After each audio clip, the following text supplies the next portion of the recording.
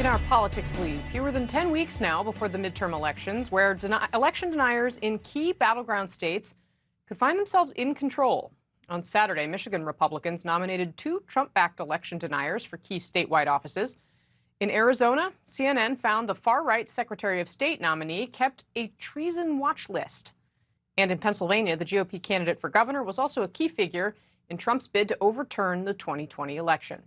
CNN's Kyung La went to Nevada, where two 2020 election deniers have already changed the way the 2022 midterm ballots will be counted. In the thinly populated desert a few hours outside of Las Vegas, Nevada, sits Nye County, where 2020 election lies are now a tenet of their faith. When Donald Trump says that he believes he won the 2020 election, what do you think? I'm with him.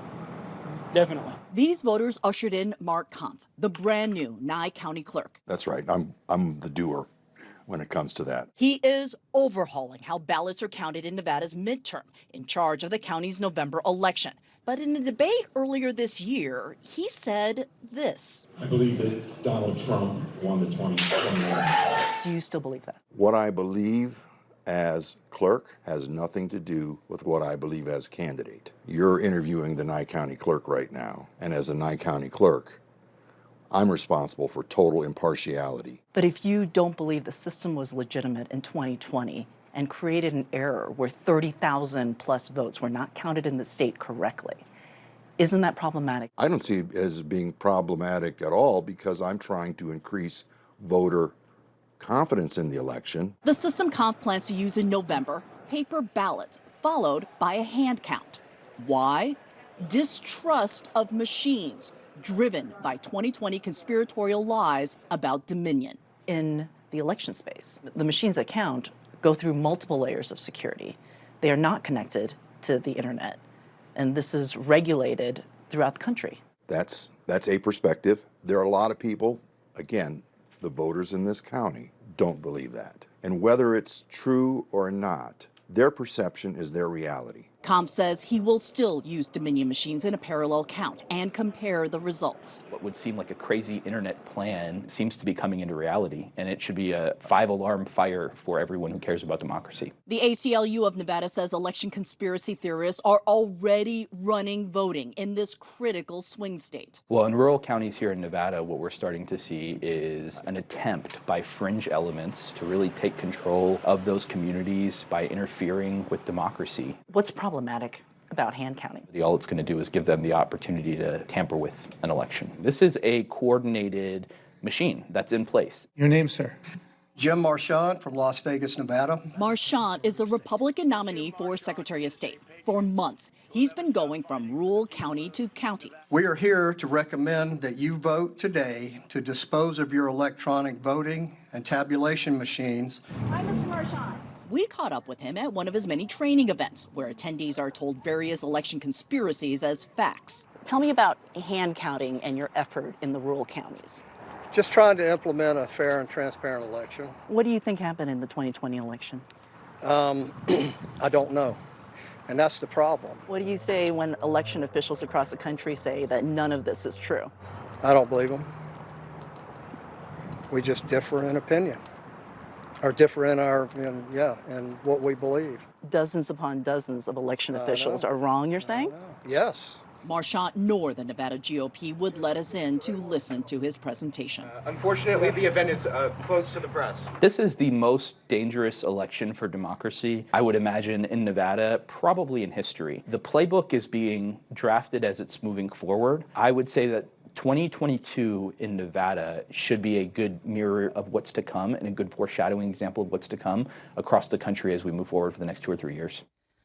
And we are talking about rural counties that have smaller populations that are already conservative. But voting rights groups say they absolutely matter, especially when you look at these battleground states where the margins on a lot of these races, whether it's gubernatorial, U.S. Senate, or the presidential, are just very small. These margins are very tight. That's why, Casey, they're watching Nye County.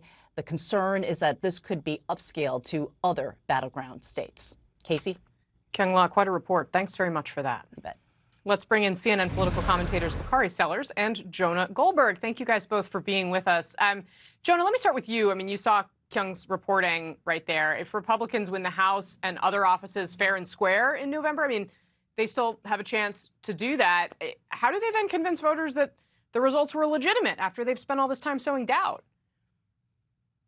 Well, I think that's actually, I mean, it's worth keeping in mind that a lot of these people don't really have a theory of the case of what to do once they've caught the car, other than to actually count the ballots. And as Kyung pointed out in the report, these counties are likely to go overwhelmingly for a Republican anyway. And so if they want to inconvenience themselves to do hand paper ballot counts, it's unlikely that they're going to get some, anything other than the real vote.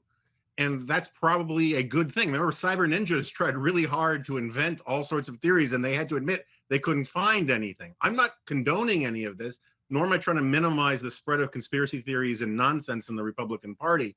But I don't know that the leap is necessarily proven that because they buy into this BS narrative about the 2020 election, that they are then going to somehow stuff ballots in excess of what the real vote is. Bakari, I mean, how do you respond to Jonah? And do you think Democrats are doing enough to counter some of this? Well, I think that it matters first and foremost, because even in those rural areas, I mean, if you're a Democrat running in Nevada or wherever it may be, what you want to do is not get beat as bad. And so, yes, those rural counties do matter. Democrats are paying attention to those counties. I mean, you look at the Attorney General of the great state of Nevada, who is actually Aaron Ford, actually going to these rural counties, meeting with these voters. So if there is some funny business that is happening by the hand ballots, or if it's 2 or 3 votes in this precinct or 2 or 3 votes in that precinct by hand counting the ballots, then you have a real big issue, because that can sway an election. This is they are fixing a problem that doesn't exist. And I think we have to start with the simple fact that our elections were fair and square. If you see any incidents of election fraud, most times it was by individuals who were voting Republican in their particular communities. But we still have these election deniers who have major roles in implementing democracy, and that should scare everybody. Are Democrats doing enough? That's a question for the Department of Justice. I have faith in Merrick Garland. We shall see what he's doing to protect election integrity as we go into November.